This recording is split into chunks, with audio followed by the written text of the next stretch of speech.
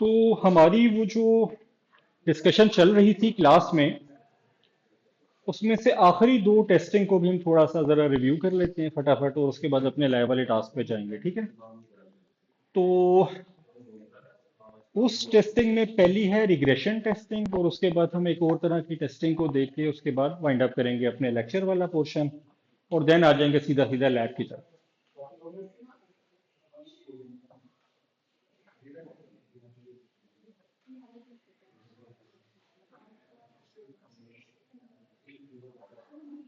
अच्छा, अभी क्लास के ग्रुप पे अनाउंस भी कर देना, अगली बार मैं क्विज विज भी कोई लूंगा आपसे, ठीक है?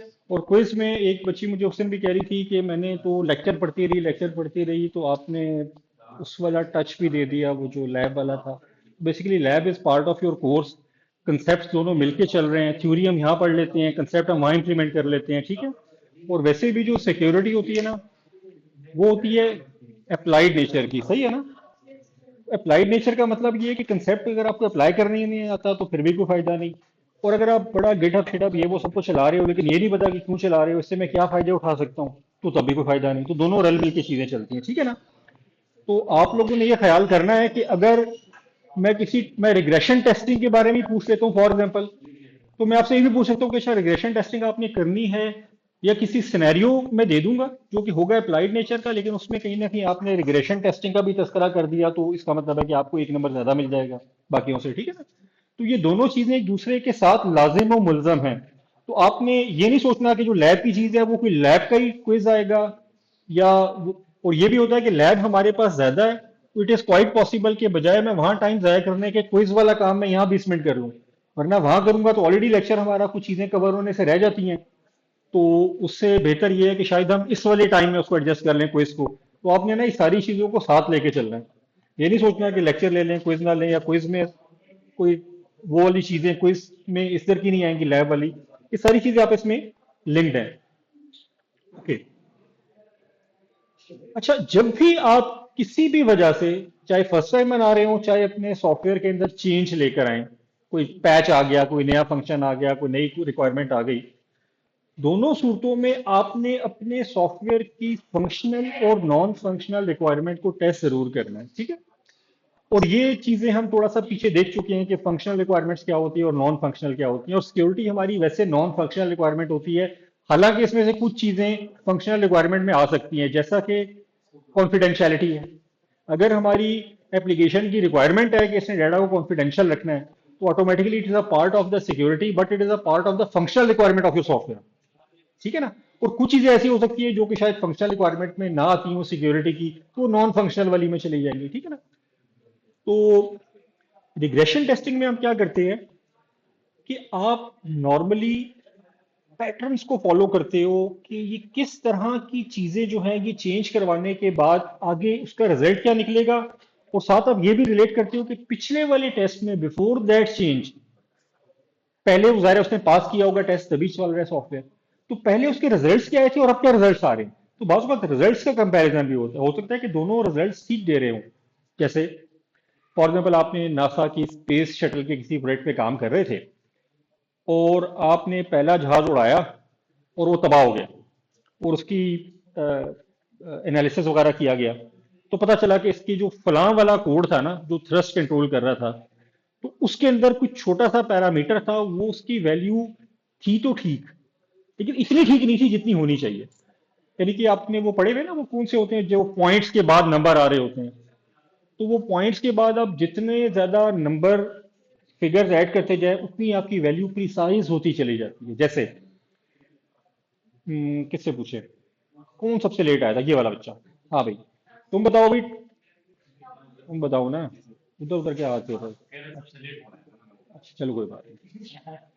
अच्छा ये बताओ कि 10 डिवाइडेड बाय 3 कितना होता है?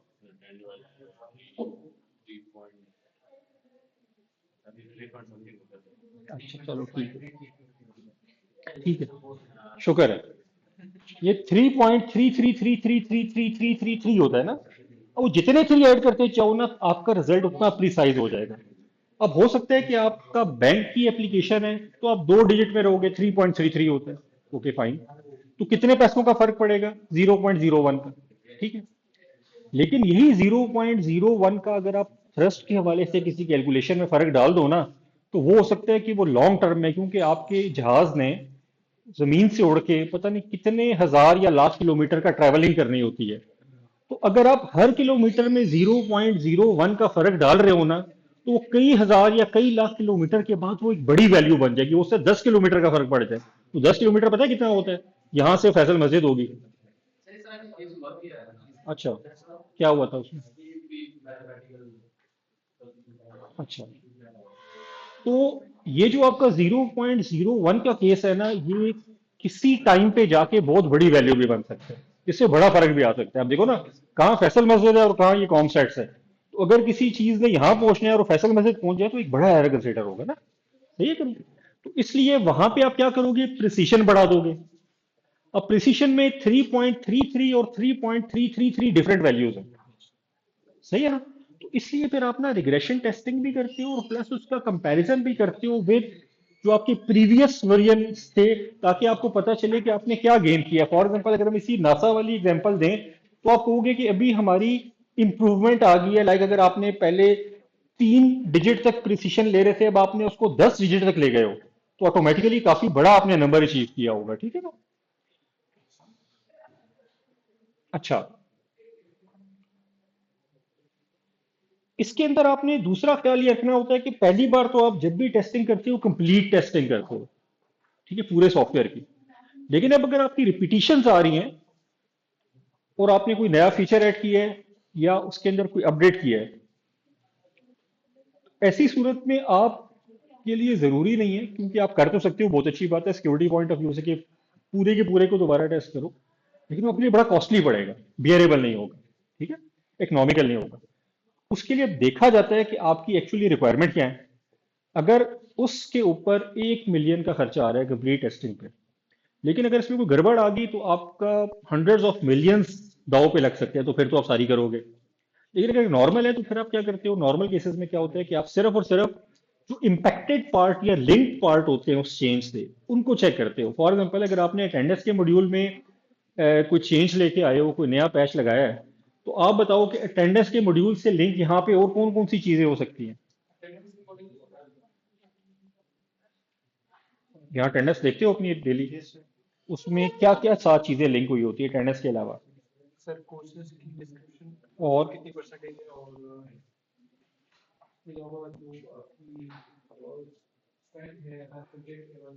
ठीक है, स्टूडेंट का टेबल लिंक हुआ होता है यार, क्योंकि तुम्हारा नाम आएगा तो अटेंडेंस लगेगी। ठीक है, कोर्स का टेबल आएगा, क्यों कि किसी कोर्स की अटेंडेंस होगी ना, तो जिस कोर्स की होगी वो लिंक हुआ होगा। तो फॉर एग्जाम्पल हम यही 2 चीजें हैं, तो यही 2 चीजें जो है ना वो आपके अटेंडेंस के मॉड्यूल के साथ लिंक है। तो जब आप रिग्रेशन टेस्टिंग करोगे फिर आप इन 3 चीजों की करोगे, अटेंडेंस वाले की, कोर्स वाले की और स्टूडेंट वाले की, कि यार ये जो मैंने नई चेंज लाए हैं अटेंडेंस में, क्या इसकी वजह से कहीं पे इधर उधर तो इम्पैक्ट नहीं आया इनमें से किसी में। ठीक है, और उसकी हमने पहली या दूसरी लैब में एग्जांपल भी दी थी कि आपने पहले वो नेम रखा हुआ था एक ही फील्ड, ठीक है, और अब आपने वो नेम कर दिया फर्स्ट नेम और लास्ट नेम। तो इसकी वजह से शायद ये चेंज लाने से आपके कुछ मॉड्यूल्स ही चलने बंद हो जाए, जिसमें वो पुरानी वाली सेटिंग ये आ रही है कि एक ही फील्ड वहां पे डिफाइन हुई हुई थी नेम की, अब आपने वो नेम की फील्ड खत्म कर दी, फर्स्ट नेम लास्ट नेम कर दिया। तो अब अगर आप उस वाली रेलेवेंट जगहों में भी चेंज नहीं लेके आएंगे तो वो सॉफ्टवेयर चलने बंद हो जाएंगे, एरर देना शुरू कर देंगे, बिकॉज उसमें तो वो कह रहे होंगे कि सिलेक्ट सेरिक या select name from the student table. तब तो वहां पे नेम की वो फील्ड ही आपने गायब करवा दी, उसकी जगह 2 फील्ड दिया फर्स्ट नेम और लास्ट नेम की। ठीक है ना? इस तरह की चीजें इसमें आ रही हो। अच्छा, इसके बाद आती है इंटीग्रेशन टेस्टिंग। अच्छा, अब वैसे भी सॉफ्टवेयर मॉड्यूल्स के ऊपर मुश्तमिल होते हैं, मॉड्यूलर अप्रोच में बनते हैं। जब से ये जो नई अप्रोचेज आई एजाइल वगैरह की, इन्होंने तो लाजमी इसी चीज को फरोग दिया है कि आप जो अपनी सॉफ्टवेयर डेवलपमेंट करें वो मॉड्यूलर करें, एक चंक उठाएं, प्रायोरिटाइज करें, जो सबसे हाई प्रायोरिटी पे चीज है उसको इंप्लीमेंट करें, उसके बाद अगला चंक उठा लें। तो इस तरह से करके आप कंटिन्यूस इंप्रूवमेंट को सामने रखते हुए, मद्देनजर रखते हुए अपनी सॉफ्टवेयर डेवलपमेंट कर रहे हो। ऐसी सूरत हाल में क्या होगा कि जब आप वो मॉड्यूल्स बनाएंगे तो आप उनको इंटीग्रेट भी करेंगे। ठीक है ना, 2 सॉफ्टवेयर के मॉड्यूल्स हैं, वो जब लिंक होंगे तो आगे काम शुरू करेंगे। ठीक है, अगर हम माइक्रोसॉफ्ट की अपनी उस ऑफिस वाली एग्जांपल पे बात करें, तो हमने उसमें क्या किया था कि हमने कहा था कि एक एम्प्लॉय को हम सेव के बटन पे काम दे देते हैं, तो सेव का बटन बनाए। एक एम्प्लॉय जो है वो न्यू का बटन बनाए, एक एम्प्लॉय वो बोल्ड वाला बटन बनाए, और एक एम्प्लॉय को कहें कि यार ये जब सारे अपने अपने बटन बना लें तो तुमने एक इंटरफेस में इन सारों की फंक्शनैलिटी को इंटीग्रेट करना है उस इंटरफेस में, जो वर्ड का अपना इंटरफेस है या एक्सेल का अपना इंटरफेस आ रहा है, ठीक है ना। तो वो जो इंटीग्रेटर है, वो जब इंटीग्रेट करेगा तो अगर वो सही तरह से आपस में वो मॉड्यूल सेट नहीं हुए हुए तो शायद वो सही तरह से फंक्शनैलिटी आपको परफॉर्म ना करने दें। हो सकता है कि न्यू का बटन अकेले तो बिल्कुल सही काम कर रहा हो, लेकिन जब आपने उसको मेन वर्ड के इंटरफेस में इंटीग्रेट किया तो कोई एरर देना शुरू कर दिया, सही तरह से काम ना करे, ठीक है ना। ऐसी सूरत हाल में आपने इंटीग्रेशन टेस्टिंग को भी आगे लेके चलना होता है, ठीक है। अच्छा, इसमें वही बातें लिखी हैं कि जो आपका सिस्टम है वो अपने अपने यूनिट लेवल के ऊपर तो अपने टेस्टिंग करके मॉड्यूल्स को आगे देते हैं, लेकिन वो सारे मॉड्यूल जब आपस में मिलते हैं तो उस वक्त उसका कंबाइंड बिहेवियर क्या होता है, ये बड़ा मैटर कर रहा होता है, ठीक है, किसी भी सिस्टम का। इसकी हम एग्जांपल देते हैं कि हमारे यहाँ फायर ब्रिगेड का सिस्टम है, ठीक है। आग लगती है कहीं तो फायर ब्रिगेड आ जाती है आग बुझाने के लिए।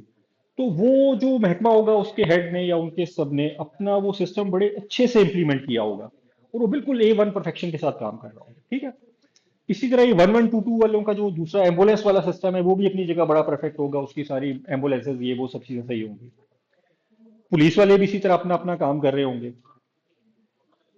एक और इदारा है बम डिस्पोजल स्क्वाड, वो भी अपनी जगह उन्होंने अपने सारे इक्विपमेंट ये वो सब फिट रखे होंगे।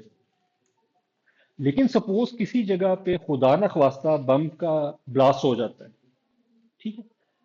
अब सब महकमों ने जो कि पहले अपनी अपनी जगह फिट काम कर रहे थे, अपने अपने लेवल पे उनके सिस्टम प्रोसेसेस बिल्कुल ठीक थे, जब उन्होंने मिलके कोई काम करना है, यानी कि एम्बुलेंस ने आना है वहां से जख्मी उठाने हैं, वो जो बम डिस्पोजल स्क्वाड वाले उन्होंने आके चेक करना है कि कहीं और बम वगैरह तो यहाँ पे भी मजीद नहीं है जो एक फट गया, उसके अलावा वो जो पुलिस वाले हैं उन्होंने आके उस एरिया को कॉर्डन ऑफ करना है, इसी तरह से फायर ब्रिगेड ने आके आग बुझानी है। तो जब ये चारों मिलकर एक एक्टिविटी एक सीन के ऊपर काम करेंगे ना, उस वक्त वो कितना बेहतर तरीके से काम कर सकते हैं। जैसे पुलिस आती है लेकिन वो सही तरह से एरिया को कॉर्डन ऑफ ही नहीं करती, ठीक है, और वहां पे गाड़ियां आई हुई हैं ये वो है। आपकी वो जो फायर ब्रिगेड है वो अपनी जगह बिल्कुल ठीक काम कर रही थी, लेकिन उनको अब आगे आने का रास्ता ही नहीं मिल रहा।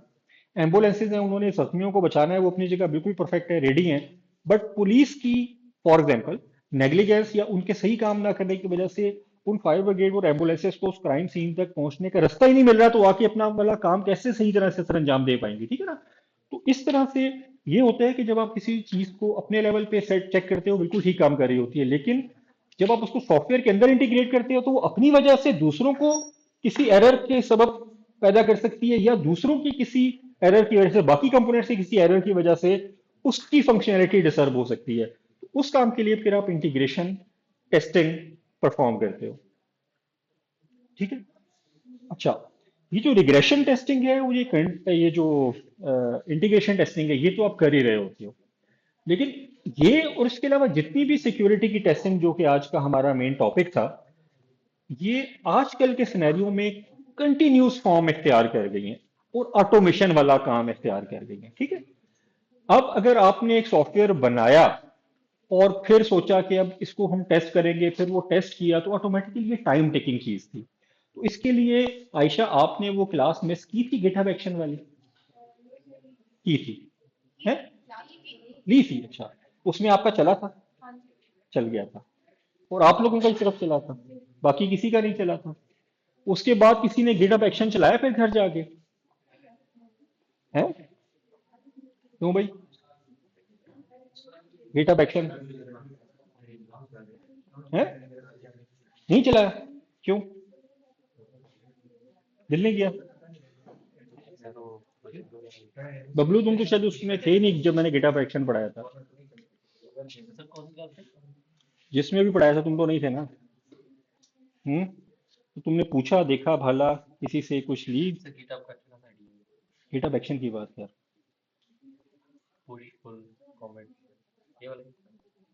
मैं गिटहब एक्शन की बात कर रहा हूँ, तुम मुझसे आगे से मुझसे सवाल पूछ रहे हो, ठीक है, मुझे पता लगे कितना पढ़ा। तो भाइयों, अगर मैंने किसी जगह पे किसी असाइनमेंट में किसी मिड टर्म के पेपर में, जो कि आपके ईद के बाद होने वाले हैं, इस तरह की कोई बात दे दी और मैंने आपको बताया कि आपका जो पेपर होगा वो मिड टर्म का मेरा प्लान है कि मोस्टली सब्जेक्टिव हो। तो इसका मतलब है मोस्टली, फुल नहीं, 100% नहीं। और जो फाइनल टर्म है उसमें हम कोशिश करेंगे कि मोस्टली अप्लाइड हो, तो वो भी मोस्टली का वर्ड है, थ्योरी भी उसमें होगी, ठीक है। ये नहीं कहना कि सर आपने तो कहा था कि वो मोस्टली, तो मोस्टली का मतलब ये होता है कि मेजर चंक इस एरिया से होगा, लेकिन माइनर चंक दूसरी वाली साइड से भी आ रहा होगा। तो अगर लैब में मैंने ऐसी वैसी कोई आपसे बात, मतलब लैब के बारे में पूछ ली पेपर में, और आपको ना आ रही हुई, ठीक है, तो आपके लिए परेशानी होगी। छोटी छोटी चीजें हैं, हलवा मैंने आपको पका के दिया होता है, आपने सिर्फ चम्मच उठानी है और खाना है उसको, ऐसा ही है ना। सारी चीजें वे स्क्रीनशॉट एक्सप्लेन हुई भी होती हैं। तो खुदा के बंदो उसको थोड़ा सा देख लिया करो। तो कंटिन्यूस टेस्टिंग में वो गेटअप एक्शन वाले काम इस्तेमाल होते हैं। क्यों? कि अगर आपका वो कोड की रिपोजिटरी बनी हुई है, तो आप क्या करें, वो जो जितनी भी टेस्टिंग है उसको ऑटोमेट कर दो। और ऑटोमेट करने के बाद वो जो हमने एक कमांड चलाई थी ना, डेट वाली या हेलो वर्ल्ड वाली, इको वाली, उसकी जगह वो आप उस अपने स्क्रिप्ट्स को कॉल कर लो जिन्होंने आपके सॉफ्टवेयर को टेस्ट करना है, ठीक है।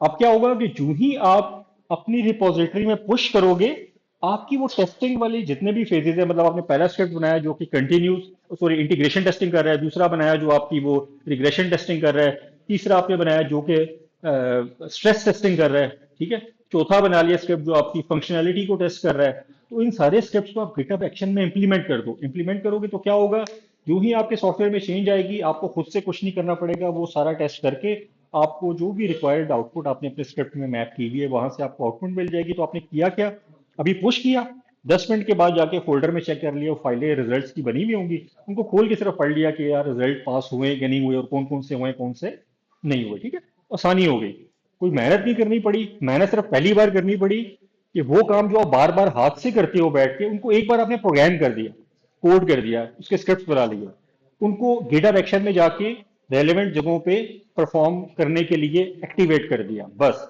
उसके बाद कोई भी आपकी टीम का बंदा जब अपनी रिलीज को पुश करेगा, फॉर एग्जाम्पल मेन ब्रांच में या जो भी, तो ऑटोमेटिकली वो सारे टेस्ट परफॉर्म होंगे और आपके पास रिजल्ट की सूरत में एक फाइल्स बन जाएंगी। उनको आप चेक करके देख लोगे कि रिजल्ट ठीक हुए कि नहीं हुए, ठीक है। तो इन चीज़ों का आप लोगों ने ख्याल रखना है। तो बेटा, इस हवाले से जो सारी testing wasting, security test cases, use cases, testing के हवाले से जो एस्पेक्ट्स हैं, यहाँ इस हवाले से कोई क्वेश्चन है आप लोगों का?